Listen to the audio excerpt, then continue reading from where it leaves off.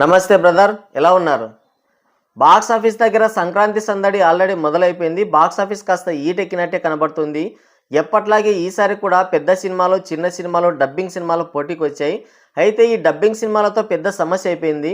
మన సినిమాలు ఎన్ని రిలీజ్ అవుతున్నా సరే ఇంకా డబ్బింగ్ సినిమాలకి థియేటర్లు ఇవ్వాలని చూస్తారు మన వాళ్ళు. కానీ అటు చూసుకుంటే మన సినిమాలని ఒక్కడు కూడా దేకడు, ఒక థియేటర్ కూడా ఇవ్వరు. మరి అదేమి విచిత్రమో, వాళ్ళ సినిమాలకైతే కావాల్సిన థియేటర్లు ఇస్తారు. ఈసారి కూడా 2 డబ్బింగ్ సినిమాలు వస్తున్నాయి. అదే తమిళ విజయ్ నటించిన జననాయగన్, అలాగే పరాశక్తి సినిమాలు 2 రిలీజ్ అవుతున్నాయి ఇక్కడ కూడా. వాటికి కూడా థియేటర్లు కేటాయించారు. ఓకే, 1-2 సినిమాలు రిలీజ్ అవుతుంటే వాళ్ళ సినిమాలు వచ్చినప్పుడు థియేటర్స్ ఇస్తే బాగుంటుంది. కానీ మన సినిమాలే 5కు పైగా ఉన్నాయే. ప్రభాస్ నటించిన రాజాసాబ్, చిరంజీవి నటించిన మనశంకర వరప్రసాద్, తర్వాత భర్త మహాశయులకు రవితేజ, మురారి, శర్వానంద్ నటించిన మురారి, అలాగే నవీన్ పొలిశెట్టి నటించిన సినిమా, ఇన్ని సినిమాలు రిలీజ్ అవుతుంటే మళ్ళీ వాళ్ళకి కూడా థియేటర్లు ఇస్తున్నారు. సరే, ఈసారి కూడా ఎప్పటిలాగే బాక్స్ ఆఫీస్ కాస్త ఈటెక్కింది. గత ఏడాది చూసుకుంటే రామ్ చరణ్ నటించిన గేమ్ చేంజర్ సినిమా, బాలయ్య నటించిన డాకుమారాస్, వెంకటేష్ నటించిన సంక్రాంతికి వస్తున్నాం, ఈ 3 సినిమాలు గట్టి పోటీ పడ్డాయి. అయితే యునానిమస్గా వెంకీమావ నటించిన సంక్రాంతికి వస్తున్నాం సినిమా అయితే యునానిమస్గా ఇండస్ట్రీ హిట్ కొట్టేసి తనదే పైచేయి నిరూపించుకుంది. ఆ సినిమాది క్రింజ్ కామెడీ అని, సినిమాలో స్టోరీ లేదని రివ్యూయర్స్ అలాగే టాక్ భయంకరంగా వచ్చింది. అయినా సరే ఫ్యామిలీ ఆడియన్స్ అంతా మా రూటే సపరేట్ అంటూ సీదా వెళ్ళిపోయారు. సినిమాని ఇండస్ట్రీ హిట్ చేసి పడేశారు. అయితే వెంకీమావ నటించిన సంక్రాంతికి వస్తున్నాం సినిమా అయితే ఇండస్ట్రీ హిట్ అయింది. తర్వాత బాలయ్య నటించిన డాకుమారాస్ మూవీ బ్లాక్ బస్టర్ అయింది. రామ్ చరణ్ నటించిన గేమ్ చేంజర్ సినిమా ఫ్లాప్ అయింది. ఇది గత ఏడాది సంక్రాంతికి. అయితే ఈసారి కూడా ఫైట్ అనేది కాస్త టఫ్గానే ఉంది. ప్రభాస్ నటించిన రాజాసాబ్, ఇది పాన్ ఇండియా లెవెల్లో, ఆయన పాన్ ఇండియా హీరో కాబట్టి ఓ రేంజ్లో సినిమా రిలీజ్ అవుతుంది. ఇకపోతే ఫ్యామిలీ ఆడియన్స్ని టార్గెట్గా చేసుకొని ఇటు చిరంజీవి గారు వచ్చారు, మన శివశంకర వరప్రసాద్ అంటూ. ఇకపోతే అదే ఫ్యామిలీ ఆడియన్స్ని టార్గెట్గా చేసుకొని రవితేజ వచ్చాడు, తర్వాత నవీన్ పొలిశెట్టి, తర్వాత శర్వానంద్. అందరూ కూడా ఫ్యామిలీ ఆడియన్స్నే టార్గెట్గా చేసుకొని వచ్చారు. మరి ఎవరిని విజయం వరిస్తుందో చూడాలి. అయితే బాక్స్ ఆఫీస్ దగ్గర సంక్రాంతి ఫైట్కి ఎంతమంది పోటీ పడ్డా, ఎన్ని క్లాషులు జరిగినా, ఎంతమంది హీరోల సినిమాలు రిలీజ్ అయినా కూడా బాలయ్య, చిరంజీవి వీళ్ళిద్దరి సినిమాలు బాక్స్ ఆఫీస్ దగ్గర క్లాష్కి వస్తే ఆ మజయే వేరు, ఆ కథే వేరు. అలాంటి ఒక వాతావరణం అనేది ఇంకా ఏ హీరో పోటీ పడ్డా కూడా రాదు.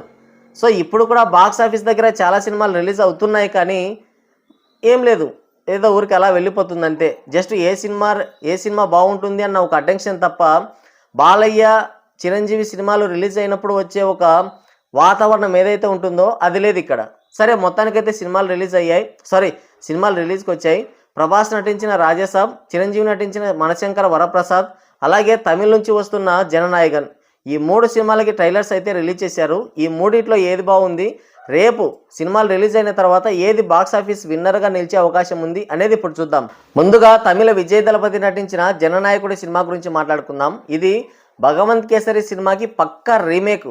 మొత్తం సినిమానే దించి పడేశారు. మధ్యలో అదే సెకండ్ హాఫ్లో అనుకుంటాను కొంచెం పొలిటికల్ సీన్స్ అన్ని యాడ్ చేశారు. మొత్తానికైతే ఈ cinema Bhagavanth Kesari cinema trailer చూస్తేనే మనకు పక్కాగా అర్థమవుతుంది.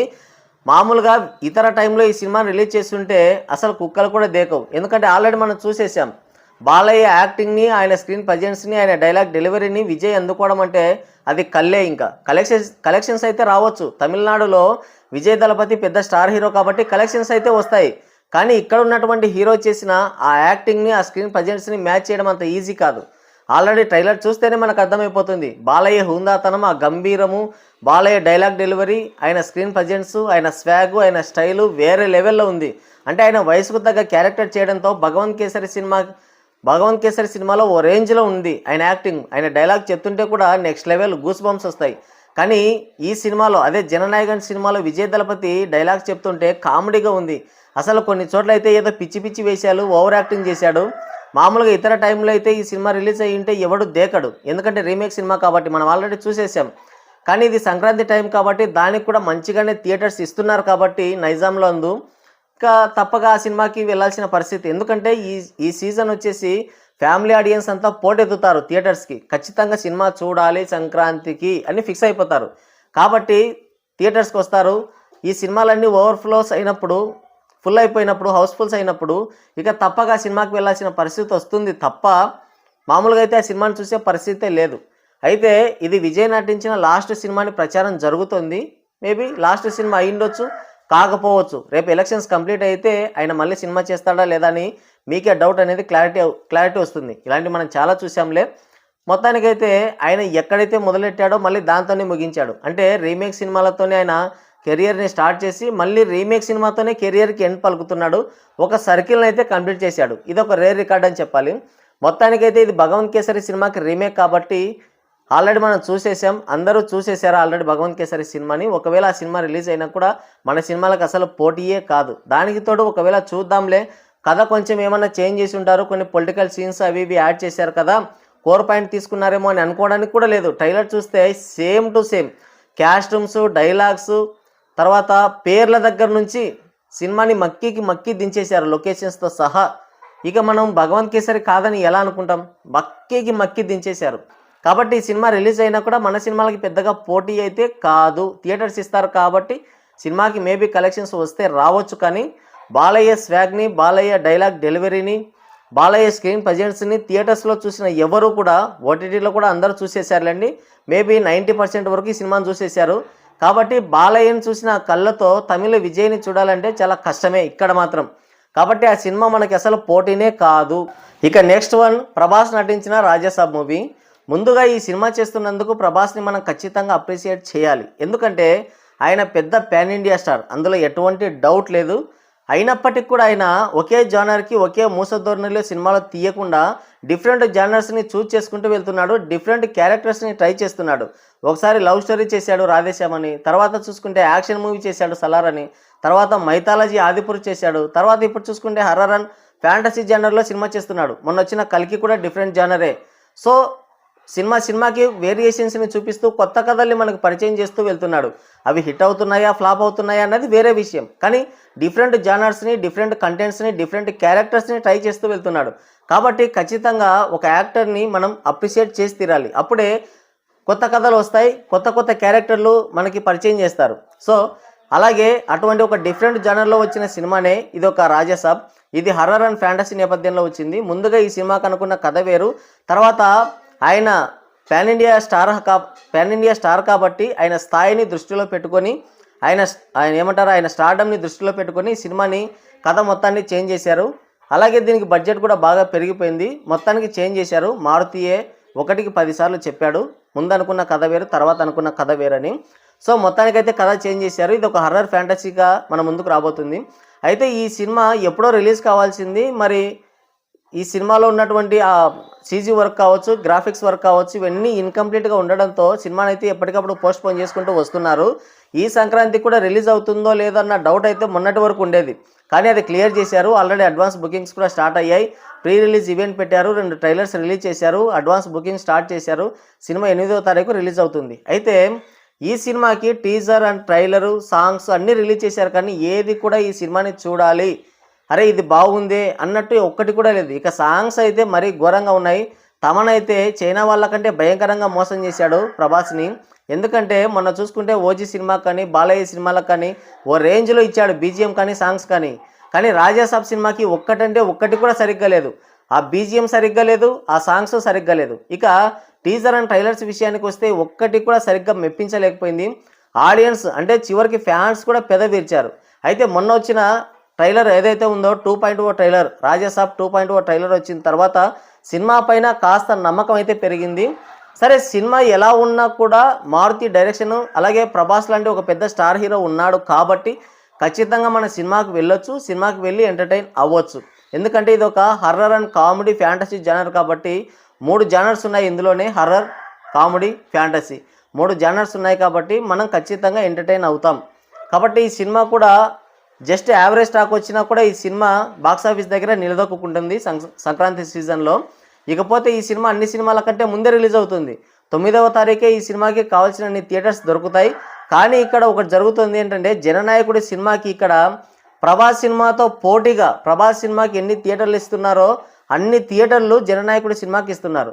ఇది మాత్రం చాలా అన్యాయం. ఎందుకంటే ఏ స్టార్ హీరోకైనా సరే మొదటి రోజు థియేటర్స్ అనేవి, కలెక్షన్స్ అనేవి చాలా ప్రధానం. ఏవైనా సరే ఆ డే వన్ రికార్డ్స్ పైనే సినిమా భవిష్యత్ అంతా ఆధారపడి ఉంటుంది. అలాంటి డే వన్ రికార్డ్స్ని దెబ్బ కొట్టే ప్రయత్నం జరుగుతుంది. మరి ఏం జరుగుతుందో చూడాలి.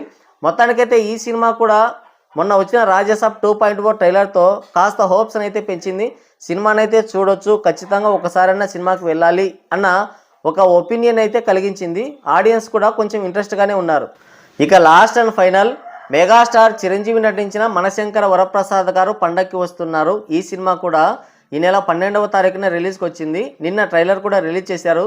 ట్రైలర్ అయితే ఏమంత పెద్దగా లేదు, ఒక సీరియల్ని చూస్తున్నామన్న ఫీలింగ్ అయితే కలిగింది. మిక్స్డ్ టాక్ అనేది చాలా బలంగా ఉంది. సోషల్ మీడియాలో ట్రోల్స్తో ఒక ఆట ఆడేసుకుంటున్నారు. సంక్రాంతికి వస్తున్నాం లాంటి ఇండస్ట్రీ హిట్ తర్వాత అనిల్ రావిపూడి డైరెక్షన్లో ఇలాంటి ఒక సినిమా వస్తుందని ఎవరు ఎక్స్పెక్ట్ చేయలేదు.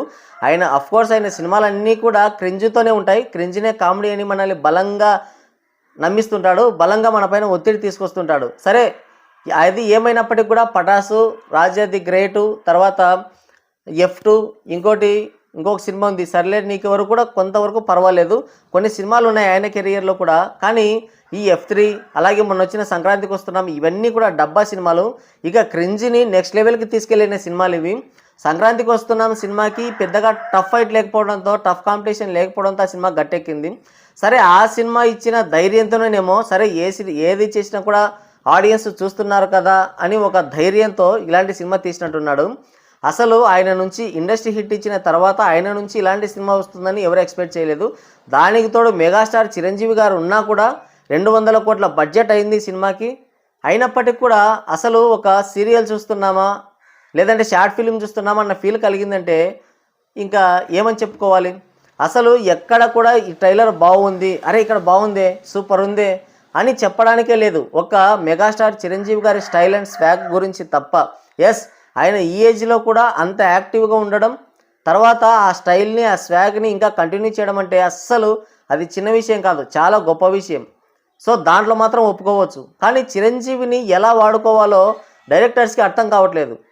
ఆయన యాక్టింగ్ పొటెన్షియాలిటీకి, ఆయన బాక్స్ ఆఫీస్ పొటెన్షియాలిటీకి, ఆయన మాస్ ఇమేజ్కి తగ్గ కంటెంట్తో సినిమా రావట్లేదు. మరి ఆయనే వీళ్ళని ఫోర్స్ చేస్తున్నాడో లేదంటే ఆయన ఇమేజ్ని వాడుకొని మెగాస్టార్ చిరంజీవితో సినిమా తీస్తే చాలే అనుకొని ఆయనతో సినిమాలు చేస్తున్నారో మనకైతే తెలియదు. కానీ మొత్తానికి ఇలాంటి డబ్బా సినిమాలు అయితే వస్తున్నాయి. ఈ కాలంలో కూడా ఇంకా రీమేక్ సినిమాలు చేశాడు ఆయన. మొన్న వచ్చిన బోలాశంకర్ సినిమా, సరే ఇదన్నా స్ట్రైట్ సినిమా, కానీ స్ట్రైట్ సినిమాని చెప్పుకోవడానికి లేదు. సంక్రాంతికి వస్తున్నాం సినిమా లక్షణాలు అన్నీ కూడా పుష్కలంగా కనిపించాయి దీంట్లో. అసలు ఆ సినిమానే మళ్ళీ తిప్పి మెగాస్టార్తో తీసారా అన్న ఫీల్ కూడా కలిగింది. అంటే ట్రైలర్ సినిమా ఏ రేంజ్లో ఉందో మీరు అర్థం చేసుకోండి. ట్రైలర్కే మనకు నిద్ర వస్తుంది. ఇక సినిమా ఎలా ఉంటుందో ఇక భగవంతునికే తెలియాలి, మనకు తెలీదు. అయితే ఈ సినిమా నుంచి కూడా కొన్ని సాంగ్స్ అయితే రిలీజ్ చేశారు. మీసాల పిల్ల, తర్వాత ఓ శశిరేఖ, ఏంటి బాసు సంగతి, ఇరగదిద్దాం సంక్రాంతి, ఈ సాంగ్స్ అన్నీ కూడా రిలీజ్ చేసాయి. వాటన్నీ ఏవి బాగోలేవు. వాటిలో మీసాల పిల్ల అనే సాంగ్ అయితే పర్వాలేదు, వినడానికి చూడడానికి.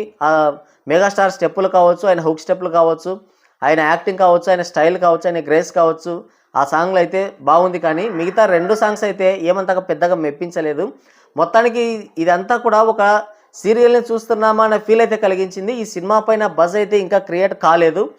అయినప్పటికీ కూడా అంటే ఈ సినిమాకి టాక్ ఎలా ఉన్నా, రివ్యూయర్స్ ఎలా ఉన్నా కూడా మొన్ననే మాట్లాడుకున్నాం కదా, సంక్రాంతికి వస్తున్నాం సినిమాకి ఏం జరిగిందో ఈ సినిమాకి కూడా ఎగ్జాక్ట్గా అదే జరిగే సూచనలు ఉన్నాయి.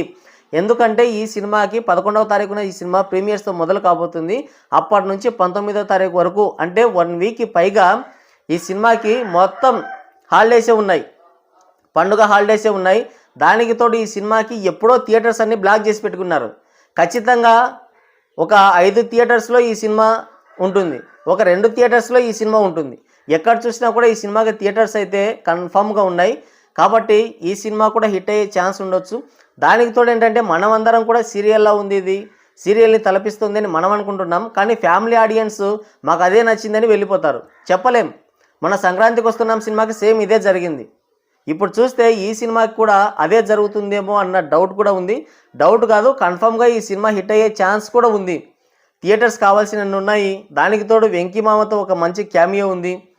పైగా ఫ్యామిలీ ఆడియన్స్ని అట్రాక్ట్ చేసే విధంగా భారీ ప్రమోషన్లు అయితే చేస్తున్నాడు అనిల్ రావిపూడి. కాబట్టి ఈ సినిమా ఫ్యామిలీ ఆడియన్స్ దయతో ఫ్యామిలీ ఆడియన్స్ ఓన్ చేసుకుంటారు. కాబట్టి ఈ సినిమా హిట్ అయ్యే ఛాన్స్ ఉంది. సో కాబట్టి జననాయకన్ సినిమాను ఒకదాన్ని పక్కన పెట్టేస్తే రాజాసాబ్కి అలాగే మనశంకర వరప్రసాద్కి 2 సినిమాలకి టఫ్ ఫైట్ అయితే ఉంటుంది.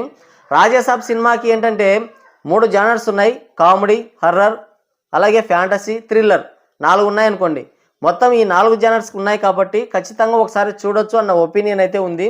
అయితే ఈ సినిమాకి మనశంకర వరప్రసాద్ అనే సినిమాకి మాత్రం ఓన్లీ ఫ్యామిలీ ఆడియన్స్ మాత్రమే వెళ్తారు. ఫ్యామిలీ ఆడియన్స్ మాత్రమే చూడాలి. ఇక వాళ్ళు కూడా చేతులు ఎత్తేసారంటే ఇంకా అంతా అస్సామే, చెప్పలేం. సో కాబట్టి ఇప్పుడు ఈ మూడిట్లో అంటే జననాయకాన్ని ఇక అసలు మన కాంపిటీషన్లోనే లేదు, దాన్ని తీసేద్దాం. అసలు ఇక మనకి దానికి సంబంధమే లేదు. సినిమా రిలీజ్ కావచ్చు, దానికి థియేటర్లు ఇవ్వచ్చు, కానీ దానికి మనకు అసలు సంబంధం లేదు. రాజాసాబ్, మనశంకర వరప్రసాద్ వీటిలో ఏ సినిమా హిట్ అయ్యే ఛాన్స్ ఉందంటే ఫస్ట్ రాజాసాబ్, తర్వాత మనశంకర వరప్రసాద్. అయితే ఫస్ట్ హిట్ అయ్యే ఛాన్స్ ఏదంటే రాజాసాబ్ తర్వాత మనశంకర వరప్రసాద్. ఇక రవితేజ అలాగే నవీన్ పోలిశెట్టి, శర్వానంద్ ఈ 3 సినిమాలకు సంబంధించి ఇంకా ట్రైలర్స్ అయితే రాలేదు. వచ్చిన తర్వాత దాని గురించి కూడా మాట్లాడుకుందాం. మొత్తానికైతే రాజాసాబ్ అండ్ మనశంకర వరప్రసాద్లో రాజాసాబ్ సినిమాకి ఎక్కువగా హిట్ అయ్యే ఛాన్స్ ఉంది, తర్వాత మనశంకర వరప్రసాద్. మరి ఈ ట్రైలర్స్ గురించి మీరేమనుకుంటున్నారు కింద కామెంట్ చేయండి.